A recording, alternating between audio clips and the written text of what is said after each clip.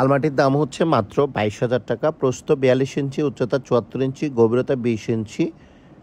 22 গজ শীটের এই আলমারিটিতে রয়েছে দুটি ড্রয়ার এবং রয়েছে হ্যাঙ্গারিং সিস্টেম। সেই সাথে একটা পিএসপি 5 মিলি মিরর লাগিয়ে দেওয়া হয়েছে এবং বিদেশি একটা হ্যান্ডেল আমরা ইউজ করেছি।